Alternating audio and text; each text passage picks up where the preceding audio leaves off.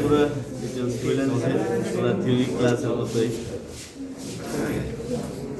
আমরা আগে আবার একটু রিপিট করি আর কি শর্টকাট পদ্ধতি। আমরা আজকে করবো assessment of colour fastness two rubbing. আমার ডায়েট স্যাম্পেলের উপরে রাবিং এর এফেক্ট আমরা অ্যাপ্লাই করবো মেশিনের সাহায্যে। তার আগে আমাদের স্যাম্পল হচ্ছে diet fabric, oven diet fabric. Oven দেওয়া তো আমাদের দুইটা ডিরেকশন দেওয়া থাকে, ওয়ার্প এবং ওয়েভ। ওয়ার্প এবং ওয়েভ চিনার ওয়েগুলো আমরা জানি। এরকম লেন্থ ওয়াইজ যদি স্যাম্পল পাওয়া যায় তাহলে লেন্থ বরাবর হচ্ছে ওয়ার্প, লেন্থ বরাবর ওয়ার্প। লেন্থের পাশাপাশি কি থাকে? সেলভেজ থাকে, সেলভেজ প্যারালাল ওয়ার্প। আর পারপেন্ডিকুলার হচ্ছে ওয়েভ। তাহলে ওয়ার্প ওয়েভ চিনার অনেকগুলো ওয়ে আছে। একটা হচ্ছে লেন্থ বরাবর ওয়ার্প, তারপরে লেন্থের পাশাপাশি আমাদের সেলভেজ থাকবে, সেলভেজ প্যারালাল ওয়ার্প। তারপরে আমরা যদি ফেব্রিকটাকে ছোট আকারে নিয়ে যাই,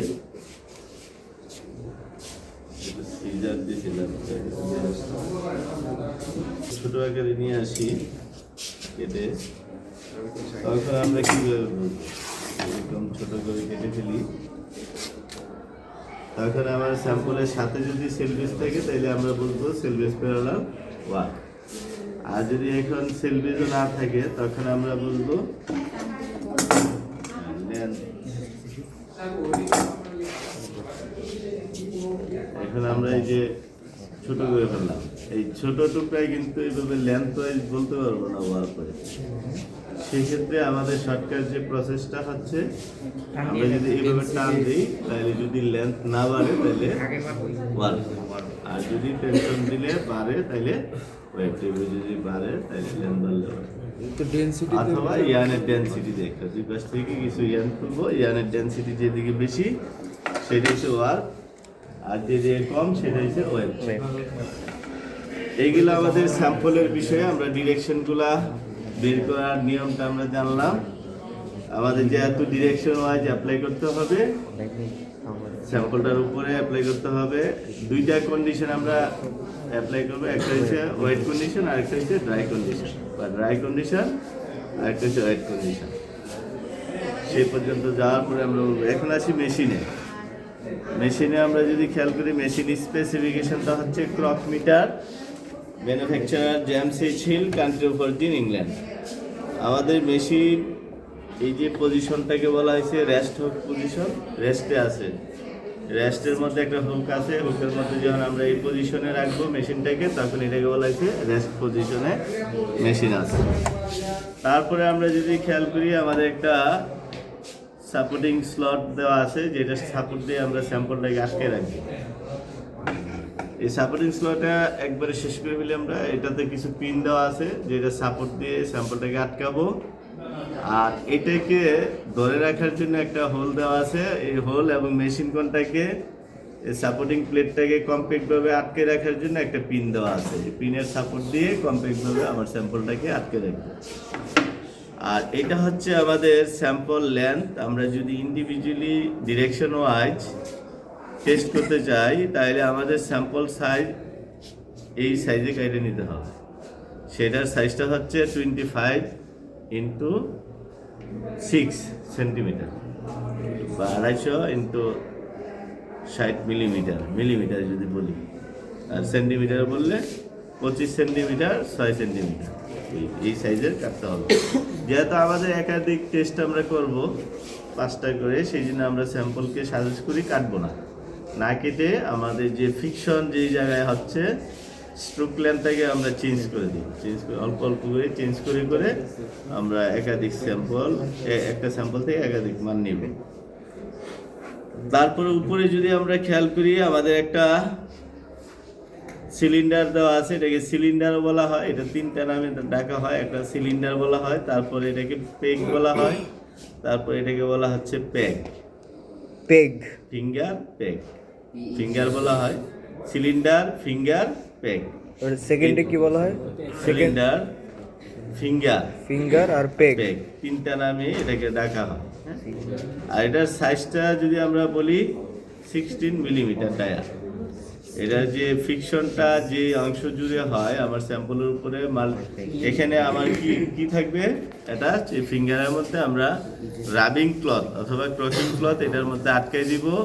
যে অংশটা ফিকশনটা হচ্ছে সেই অংশটা বলা হয়েছে মিলিমিটারের ডায়াটা, 16 মিলিমিটার ডায়াতে ফিকশনটা হয়। তারপরে আমাদের যদি আমরা এই যে এখানে একটা স্ট্রোক লেন্থের একটা মেশিনের মধ্যে এটা দাগ পড়ে গেছে না, এটা হচ্ছে স্ট্রোক লেন্থটা।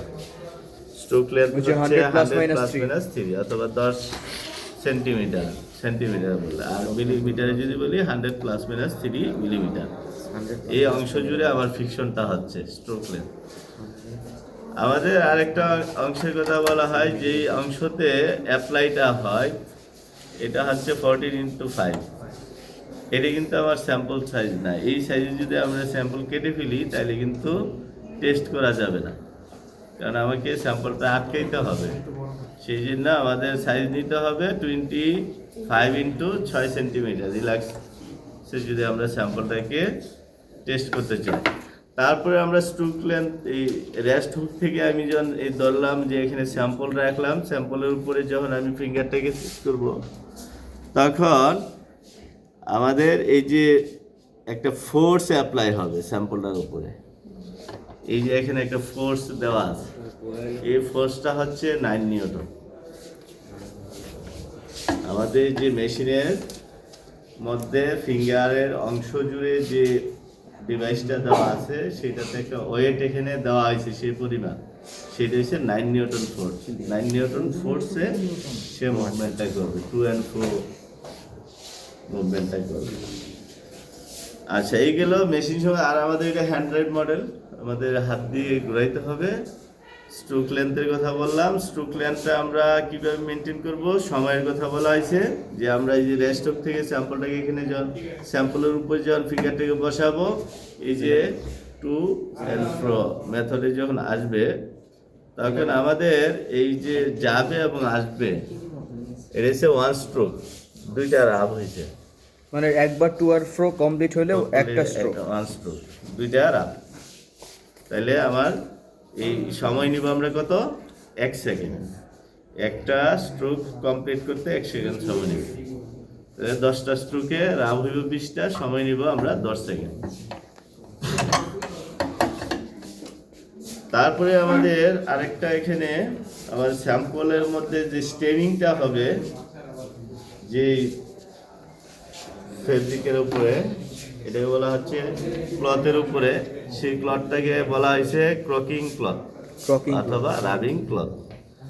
ক্রকিং এবং রাবিং কখন বলা হয় সেটা মেথড ওয়াইজ বলা হয়, আইএসও এবং এটিসিসি মেথড। এবং আমাদের আইএসও এবং এটিসিসি মেথড ওয়াইজ আমাদের যে ক্রকিং ক্লথটা যে আমরা অ্যাবজর্ব করাবো সেটা 100% এবং 65%-এর কথা বলা হয়েছে। সেই অনুযায়ী রাবিং এবং ক্রকিং বলা হয় মেথড ওয়াইজ। এটাকে বলা হচ্ছে রাবিং ক্লথ। রাবিং ক্লথ বা ক্রকিং ক্লথের সাইজটা হচ্ছে 5x5 সেন্টিমিটার স্কোয়ার। আর এটার কিছু প্রপার্টিজ আছে। প্রপার্টিজগুলো যদি আমরা বলি, এটা প্রথমত আমার 100% কটন হতে হবে, 100% অ্যাবজর্বেন্সি থাকতে হবে। 100% কটন, 100% অ্যাবজর্বেন্সি। তারপরে আরও প্রপার্টিজ যেগুলা, সেটা হচ্ছে এটা হইতে হবে ডিসাইজড, স্কাওয়ার্ড, ব্লিচ, আনডাইড, আনফিনিশড। এই প্রপার্টিজগুলো থাকবে, ডিসাইজড, স্কাওয়ার্ড, ব্লিচড, আনডাইড, আনফিনিশড। ফিনিশিং দেওয়া থাকবে না। ফিনিশিং এর দিল তো স্লিপ করবে, ফিকশনে আমার যে কালার যে স্টেনিংটা সেখানে এফেক্ট আসবে না। আচ্ছা, এখন আমি আর এটার যে অ্যাবজর্বেন্সিটার কথা বলে দিই। আমাদের যে ড্রাই কন্ডিশন এবং ওয়েট কন্ডিশন, আমরা কিন্তু ফেব্রিককে ড্রাই ওয়েট করব না, আমরা ড্রাই ওয়েট কন্ডিশন করাবো আমাদের এই ক্রকিং ক্লথটাকে বা রাবিং ক্লথটাকে। সেটা 100% কখন এনশিওর করা হয়, যখন আমার এটার ওজন 2 গ্রাম হয় ড্রাই অবস্থায়, ওয়েটে ভিজাবো, একটু পানিটাকে ব্লটিং বা টিস্যু পেপার দিয়ে হালকা করে এটাকে একটু পানিটা টপ করে, যে পানিটা না পড়ে সেই পজিশনে এনে আবার যদি ওজন দেয়, এটার ওজন যদি 2 গ্রাম হয়, সেটা হচ্ছে 100% অ্যাবজর্বেন্সিকে অ্যান্সার করা। আর 65 হচ্ছে আমাদের যে অংশটা মধ্যে ফিকশনটা হবে, আমি ইচ্ছা মতো ভিজাইলে হবে না, যে অংশতে ফিকশন হবে ওই অংশ এরিয়া জুড়ে ভিজানোর পরে তার এগেনস্টে যে ক্যালকুলেশনটা হবে 65% ওইটা। তো আমরা ইন্ডাস্ট্রিতে গেলে দেখবো যে আমাদের পার্সেন্টেজ 65, জি মেথডই করে নাকি 65 মাঝে মাঝে ভিজাই দেয়, তারা ভিজাই করে ফেলে, কিন্তু লেখার ক্ষেত্রে আমরা সেটা কোনটা ক্রকিং না রাবিং বা এটিসি আইএসও মেথড ওয়াইজ সেটা কমপ্লিট করে, অনেক সময় করে পুরাটা ডিজেল করে করা যায়। তা আমরা এখন আসি স্যাম্পলটাকে আমরা সেট করব এখন ডিরেকশন ওয়াইজ। এদিকে যদি আমরা বসাই তাহলে এটাকে কোন ডিরেকশনে বসানো হচ্ছে, ওয়ার্প। ওয়ার্পে আমরা নিলাম, বসাইলাম, এখানে বলছিলাম যে পিন আছে, এই যে হোল, হোলে পিন বরাবর আমরা সাপোর্ট দিয়ে এটাকে এক প্রান্ত বসাবো। বসায় আমি যদি এইভাবে রিল্যাক্সে বসাই, এখানে একটা কি থাকবে, লুজ থাকবে। লুজ কন্ট্যাক্টের কারণে আমার ফিঙ্গারটা যখন ফিকশন দেওয়া হবো তখন কিন্তু এখানে আটকে যাবে। আটকে গেলে কি হবে, আমার ফিকশনটা ইনকমপ্লিট হবে, মানে আমার যে স্ট্রোক লেন্থটা ইনকমপ্লিট হবে, পাশাপাশি আমার কি হবে, ওই যে এই ক্রকিং ক্লটটা ফিকশনে খুলে আসবে গ্রিপ থেকে, সে আনইভেন ওইখানে আমার জায়গা গেছে ছড়ায় ছিটা হবে। ইভেনভাবে যে ফিঙ্গারের যে অংশটা এই যে 16 মিলিমিটার দায়া জুড়ে যে ফিকশনটা হইয়া থাকার কথা আমার এই স্টেনিংয়ের অংশটা, সেটা দেখা গেছে যে ফিকশনে লুজ হওয়ার কারণে অনেকটা অংশ জুড়ে সে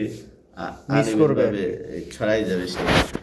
তা আমরা এইভাবে এদিক থেকে একটু ফোর্স দিয়ে আটকাবো, আটকাই দিয়ে এই যে এখানে টান ভাবে আমরা আটকাই দেবো যাতে আটকাই না যায়।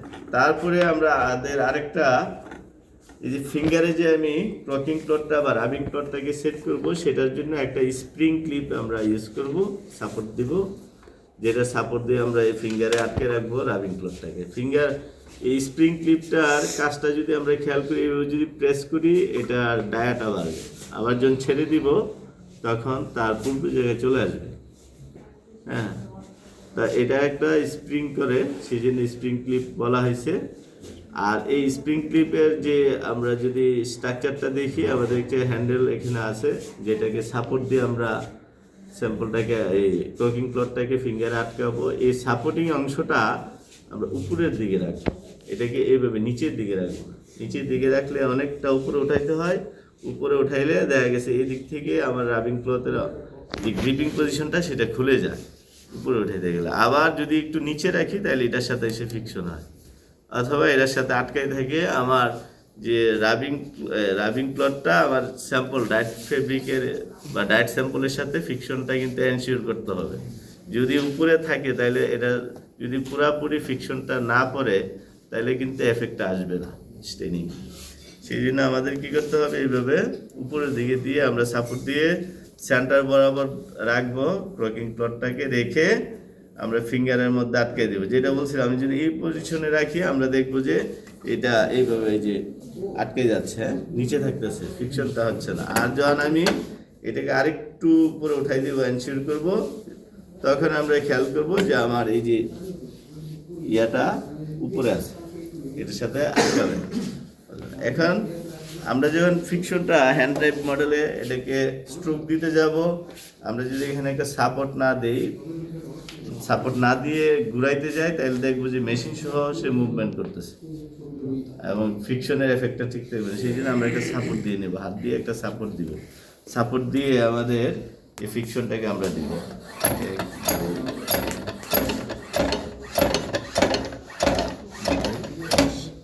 10 সেকেন্ডের 10টা দিয়ে আমরা রেস্ট হুকে উঠাই দিব। ফিঙ্গার থেকে আমরা ক্লিপটা দিয়ে বের করে নিয়ে আসবো। আমার এটাতে ড্রাই কন্ডিশনে আমরা যদি খেয়াল করি, ড্রাইয়ের এফেক্টটা 4 থেকে 5-এর মতো স্টেনিং হয়েছে। তাহলে এটা আমরা গ্রেটিংটা করবো। আমাদের যে স্কেল আছে, গ্রে স্কেল ফর স্টেনিংয়ের যে স্কেলটা আছে, সেই স্কেল দিয়ে আমরা করব স্টেনিং স্কেলটা। অনেকে আমরা এই যে অ্যাসেস করে ফেলতেছি স্টেনিং স্কেল, পরীক্ষার সময় ভাইবার সময় যদি এলোমেলোভাবে দেওয়া হয় স্টেনিং স্কেল আর শেড চেঞ্জের স্কেল কিন্তু গুলাই ফেলায়। হ্যাঁ, কভারের ভিতরে যদি ভুলবশত কেউ কভারের ভিতরে স্টেনিং এবং সে চেঞ্জ উল্টাপাল্টা রাখে, ওইটা দিয়েই সে করা শুরু করে। কিন্তু আমাদের এটা মাথায় রাখতে হবে, কেউ উল্টাপাল্টা রাখলেও যাতে ভুল না হয়। হ্যাঁ, স্টেনিংটা আমরা দেখবো যে সাদা থাকবে, আর স্টেজ চেঞ্জেসটা একটু ডার্কিশ। ডার্ক, মানে ডার্ক হয়েছে বা স্যাম্পলের কালার যেটা আসে সেটা সে অংশটা। আচ্ছা, এখন আসি, আমরা যেহেতু একাধিক স্যাম্পল এখানে টেস্ট করব, সেই জন্য বলছিলাম এই যে স্ট্রোক লাইনটা বোঝা যাচ্ছে না, এই স্ট্রোক লাইনটাকে আমরা একটু সরাই দেবো যাতে রিপিট না হয় ওই অংশতে। একটু সরাই দিব, দিয়ে তারপরে আবার গিফট করব। এখন পরীক্ষার সময় যেহেতু আমাকে একাধিক স্যাম্পল করতে হবে, আমরা যদি এটাকে মার্কিং না করি, মার্ক না দিই, নাম্বারিং না করি, সেক্ষেত্রে দেখা গেছে না এই পরীক্ষার সময় এমনি তো টেনশনে থাকি, তো নাম্বারের সাথে দেখা গেছে আমার স্যাম্পলের ইয়াটা যদি ম্যাচ না হয় তাহলে চেঞ্জ হয়ে যাবে ডাটা। সেই জন্য আমরা এটা যাতে এলোমেলো না হয় আমরা নাম্বারিং করে নিব যাতে ইয়া না হয়। তাহলে এটা যেহেতু ওয়ার্পের সংক্ষেপে আমরা WP দিয়ে দিলাম, আর ওয়েবপেরটা WF দিয়ে দিলাম, আর ড্রাই কন্ডিশনের D আর ওয়েট কন্ডিশনের W দিয়ে আমরা যাতে আমাদের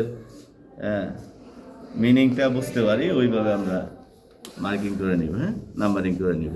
তাইলে এটা আমার ওয়ার্পের ড্রাই ওয়ান, এরপরে ওয়ার্পের ওয়েট 1 হইলে W1 দিয়ে দিব। তখন আমরা ওই যে আমরা যখন খাতায় এটাকে অ্যাটাচ করব সিরিয়ালি নাম্বারের সাথে, আমার গ্রেডিংয়ের সাথে যাতে স্যাম্পল অ্যাটাচটা ঠিক থাকে সেই জন্য আমরা এটা নিব। এখন আসি ওয়েট কন্ডিশনে একটা স্যাম্পল আমরা অ্যাপ্লাই করব। একটা ড্রাই কন্ডিশনে দেখছি, একটা ওয়েট কন্ডিশনে দেখব। একটু প্লিজ ওইখানে একটা ড্রপার আছে, ওই যে ড্রপারটা আমরা 65% অথবা 2-3 ফোঁটা আমরা এই ফেব্রিক যাতে না ভিজে সেই দিকে খেয়াল করতে হবে। ফেব্রিক থেকে সরাই নিব আমরা, ওয়ার্কিং ক্লথের যে সেন্টার বরাবর আমরা দিয়ে দিলাম যে 100% অ্যাবজর্বেন্স। আমি যদি সমান জায়গায় রাখতাম তাহলে দেখবো যে প্রপারভাবে সে সার্কুলারভাবে সে ছড়াই যাবে, হ্যাঁ, ড্রপ পানি। তারপরে এই যে আমরা এটাকে নিয়ে যাব আমাদের যে সাপোর্ট দিয়ে, স্প্রিং ক্লিপের সাপোর্ট দিয়ে আমরা ফিঙ্গারের মধ্যে ক্লথটাকে আটকে দিলাম। তারপরে সেম আমরা রেস্ট হুক থেকে স্যাম্পলের উপরে নামাই দিলাম, ফিঙ্গারটাকে সেট করে দিয়ে আমরা এখানে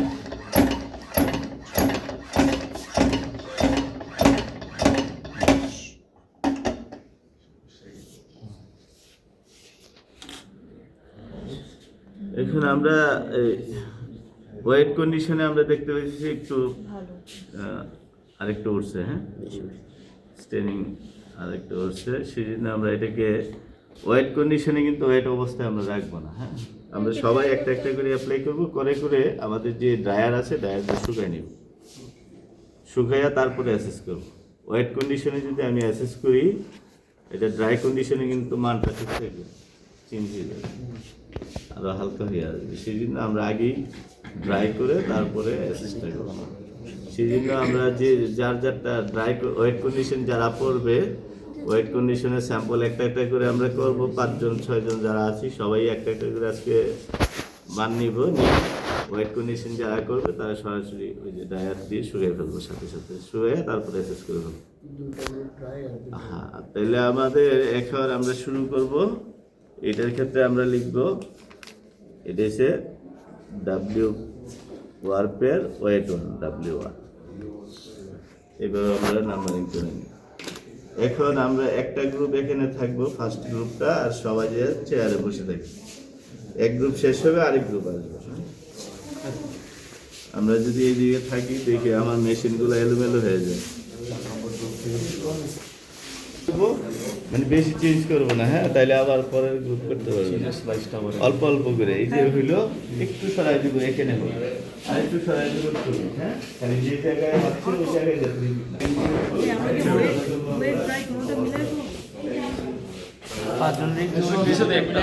গোল জিনিস তো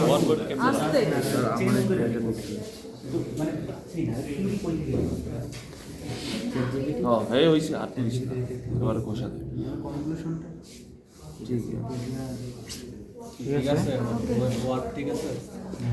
এবার বসা এটাকে দেখ, বসা। এটাতে আগে আঙ্গুল দিয়ে এরকম করে আরে না হ্যাঁ অর্পিত আরেকটা কি আমার ঠিক আছে ব্রেক বসা 10 বার